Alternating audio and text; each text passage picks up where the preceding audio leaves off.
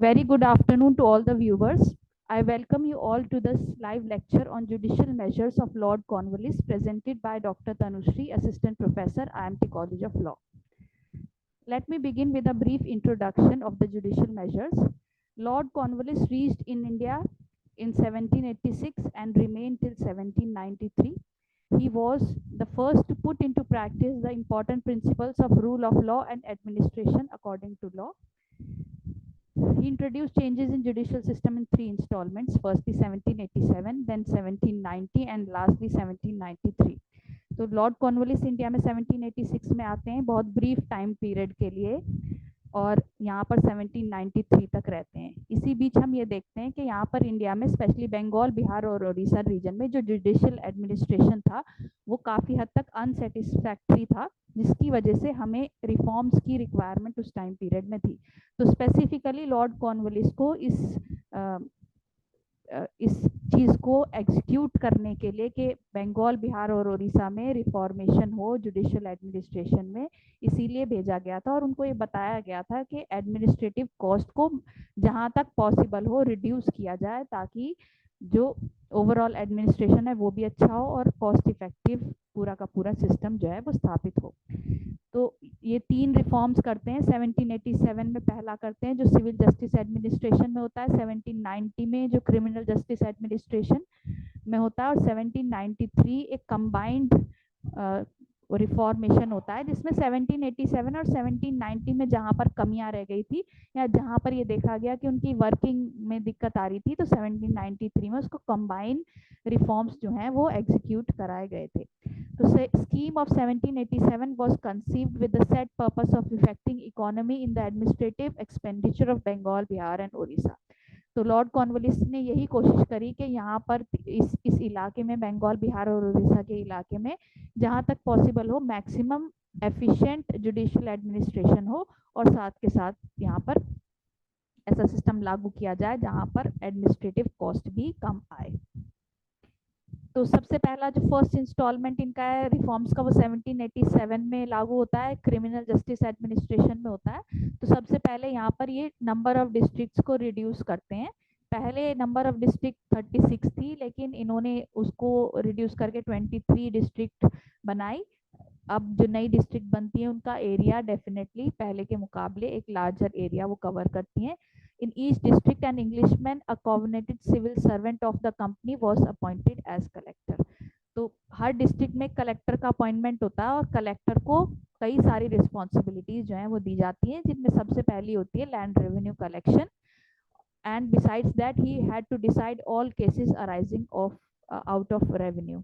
तो land revenue collect भी उन्हें ही करना है और जितने डिस्प्यूट मैटर्स जो हैं रेवेन्यू कलेक्शन से रिलेटेड या रेवेन्यू से रिलेटेड होते हैं उनमें जज का काम भी यही व्यक्ति मतलब कलेक्टर ही करेगा। The collector was to act as जज in the mofussil Diwani Adalat and thus administer justice in civil cases to the common man. तो कलेक्टर को एज जज मौफसील दीवानी अदालत में सिविल मैटर्स देखने के लिए जज बनाया गया और यहाँ पर उनका रोल कंप्लीटली डिफरेंट रहता है। पहला रिस्पॉन्सिबिलिटी लैंड रेवेन्यू कलेक्शन है और दूसरा है मौफसील दीवानी अदालत में सिविल जस्टिस का काम देखना। The collector was also to act as the magistrate in the district. In this capacity, it was his duty to arrest and apprehend criminals in the district and to send them to nearest Mofsil Nizamat Adalat for being tried. तो third responsibility जो collector को दी गई थी वो magisterial responsibilities थी। उस particular district में जहाँ पर कलेक्टर का अपॉइंटमेंट था उस पर्टिकुलर डिस्ट्रिक्ट में उन्हें जितने भी क्राइम होते थे उन क्राइम्स में इन्वॉल्व क्रिमिनल्स को अरेस्ट करना, बेसिक पेपर्स रेडी करना, प्राइमरी इन्वेस्टिगेशन करना, ये सारा काम मजिस्ट्रेट का हुआ करता था। और उसके बाद जब एक बार मजिस्ट्रेट सारा ये प्राइमरी वर्क जो है वो रेडी कर लेगा उसके बाद जो है मौफसील दीवानी अदालत में उस केस की हियरिंग की जाती थी।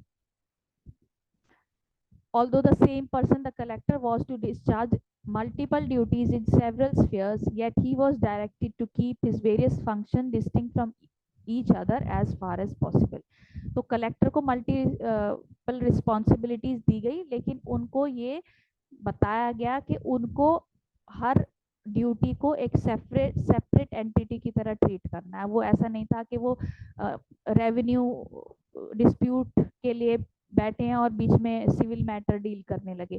तो तीनों ही रिस्पॉन्सिबिलिटीज के लिए अलग अलग उनका वेल डिफाइंड रीजन था और उन्हें उसको मिक्सअप नहीं करना था।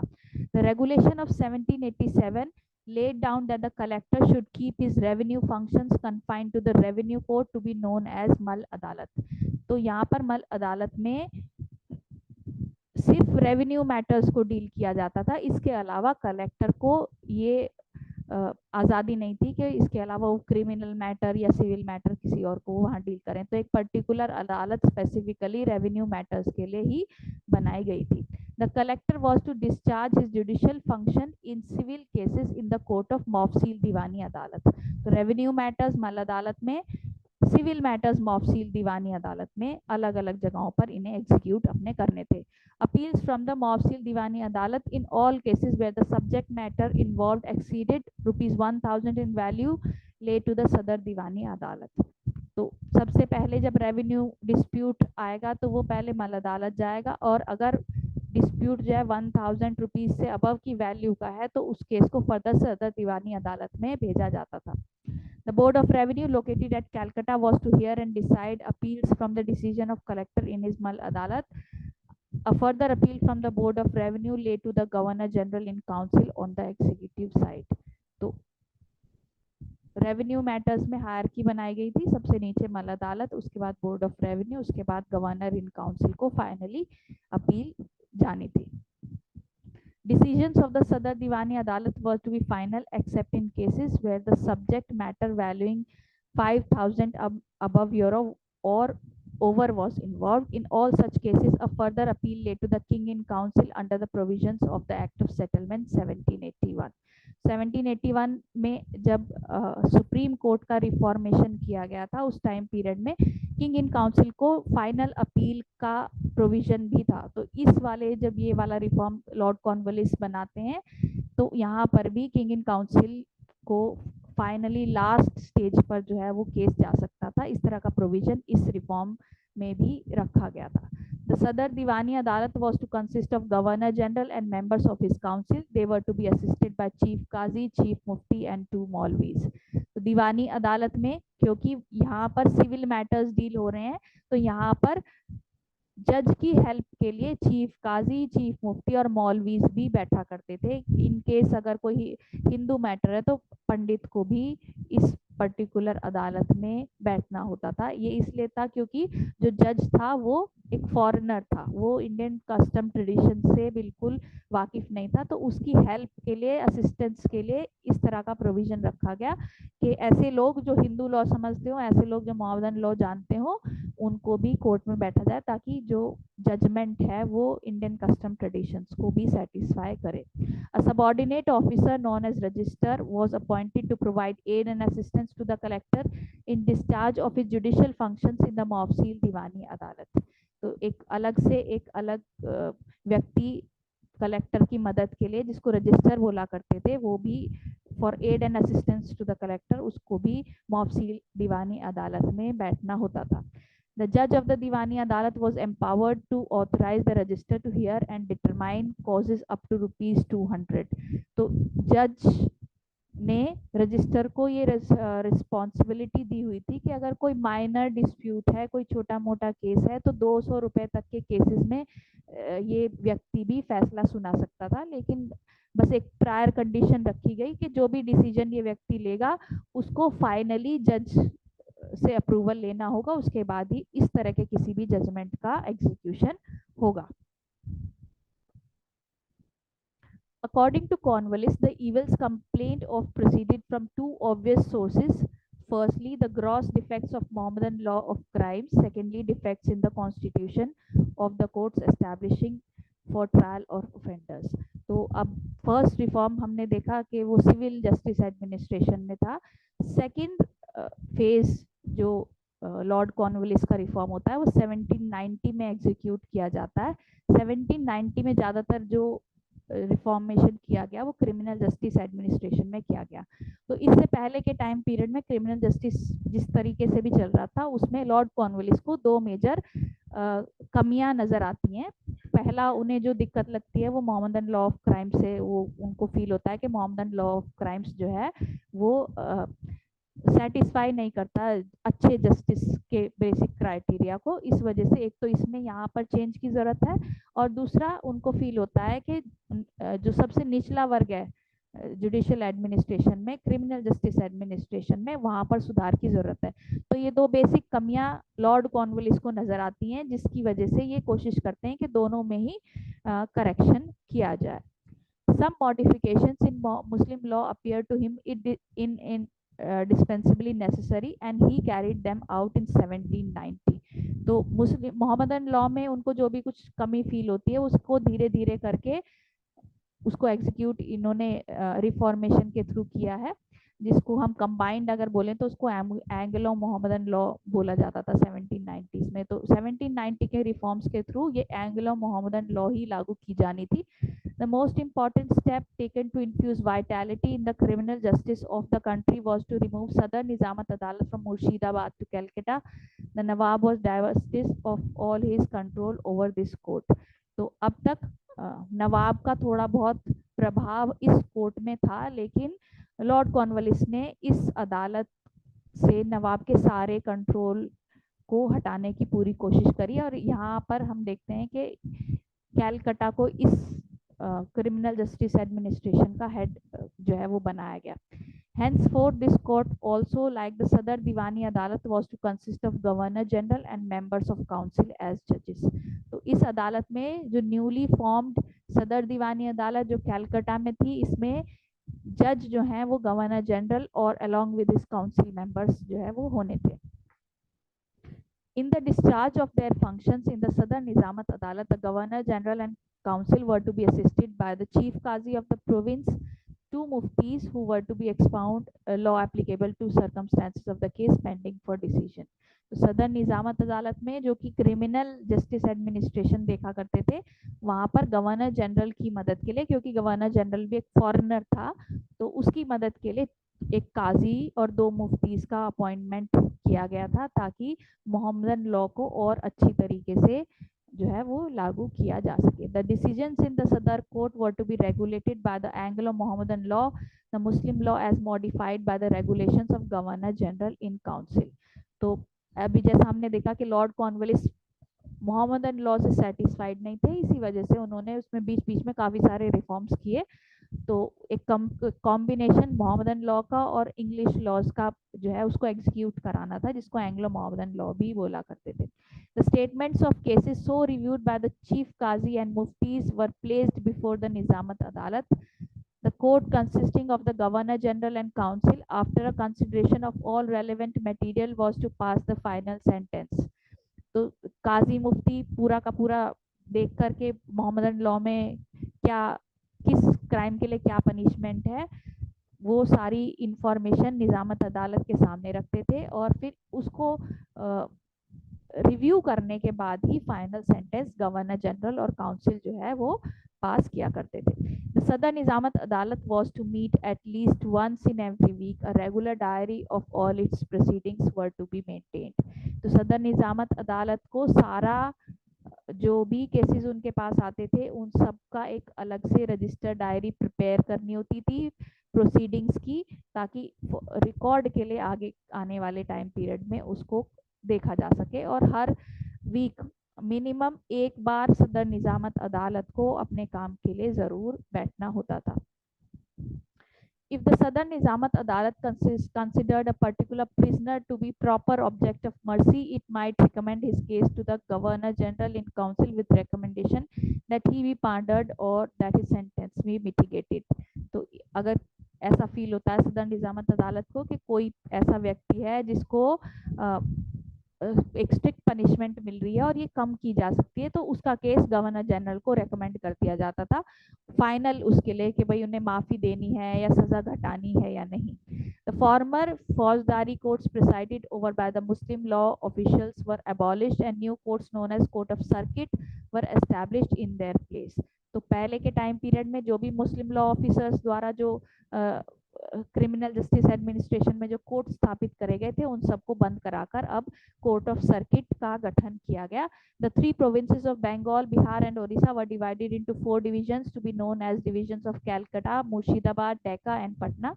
Each of these divisions were to comprise of a few districts. तो क्रिमिनल जस्टिस एडमिनिस्ट्रेशन के लिए पूरा बंगाल, बिहार और उड़ीसा को 4 हिस्सों में बांटा गया, 4 डिविजन्स में बांटा गया और हर डिवीजन में कुछ ना कुछ डिस्ट्रिक्ट्स, थोड़ी बहुत डिस्ट्रिक्ट जो है वो आया करती थी।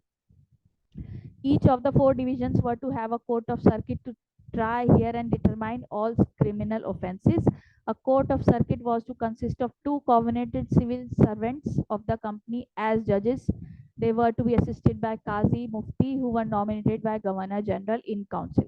तो चारों के चारों डिविजन्स में एक कोर्ट ऑफ सर्किट बनाया गया और इस कोर्ट ऑफ सर्किट में 2 जज जो है सिविल सर्वेंट रखे गए जिनकी मदद के लिए काजी मुफ्ती का भी अरेंजमेंट किया गया था। The court of circuit was not a stationary but a moving circulating court. तो कोर्ट ऑफ सर्किट कोई स्टेशनरी या ऐसा कोर्ट नहीं था जो एक पर्टिकुलर जगह पर स्थापित था। ये कोर्ट जो है मूविंग कोर्ट भी कहलाता है क्योंकि क्या होता था, ये 2 जजेस जो है एक डिस्ट्रिक्ट में जाते थे, वहाँ सारे केसेस डिस्पोज ऑफ करते थे, फिर दूसरी डिस्ट्रिक्ट में जाते थे, वहाँ के सारे केस डिस्पोज ऑफ करे जाते थे, फिर तीसरी चौथी ऐसे ही। तो अपने के पूरे एरिया में हर डिस्ट्रिक्ट में मूव करता था ये कोर्ट, जिसकी वजह से इसको अल्टरनेटिवली मूविंग कोर्ट या सर्कुलेटिंग कोर्ट भी बोला जाता था।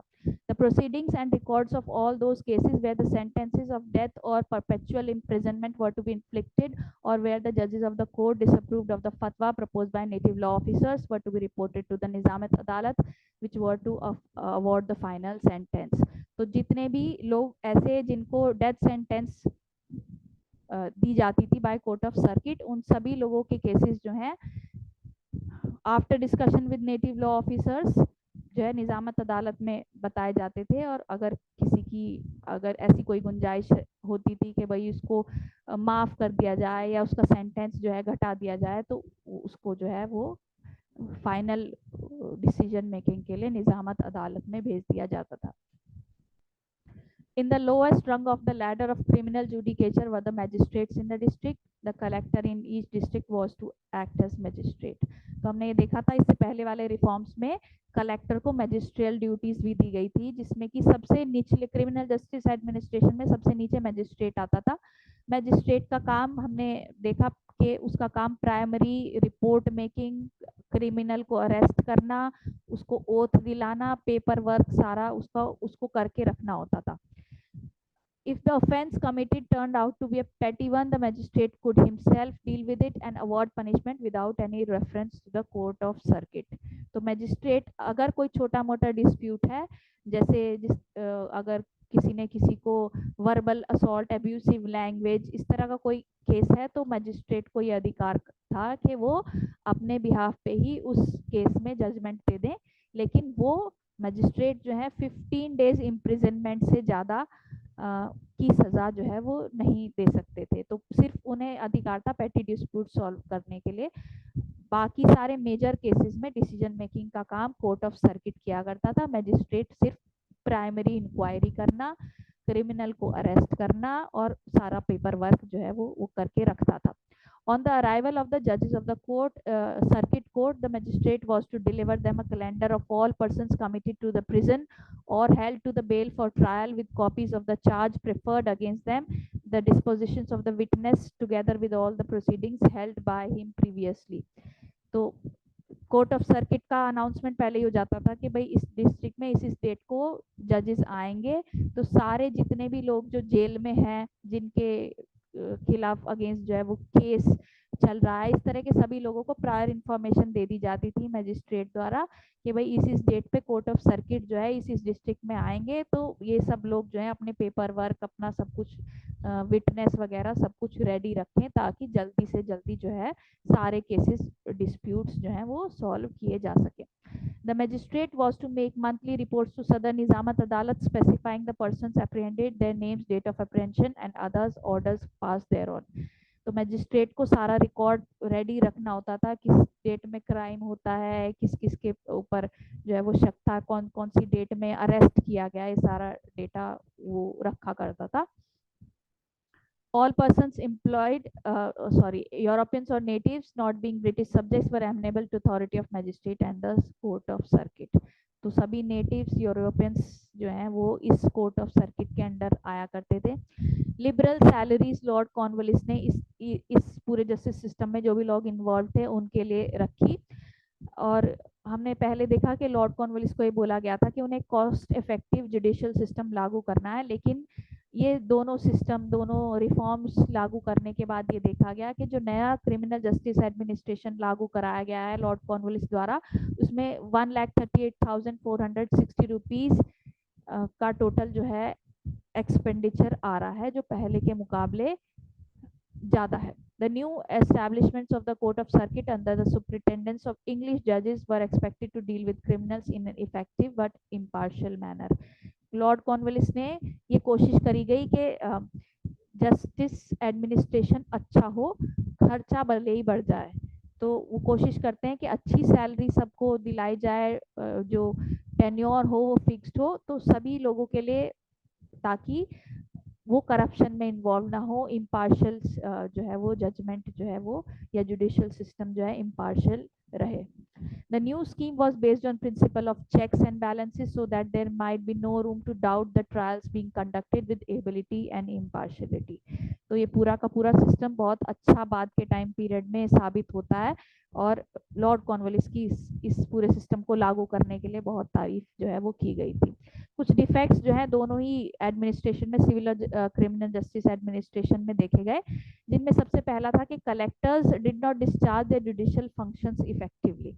तो कलेक्टर्स को क्योंकि मल्टीपल रिस्पॉन्सिबिलिटीज दी गई थी, उनको लैंड रेवेन्यू कलेक्शन भी करना था, मैजिस्ट्रियल ड्यूटीज भी दी गई, उनको सिविल मैटर्स में जज का काम भी देखना था, जिसकी वजह से कलेक्टर्स ओवरबर्डन हो गए और उन्होंने अपने कुछ काम, कुछ पर्टिकुलर ड्यूटीज को नेग्लेक्ट करना शुरू कर दिया, जिनमें कि जुडिशियल फंक्शंस को सबसे ज़्यादा देखा गया कि वो नेग्लेक्ट किया करते थे।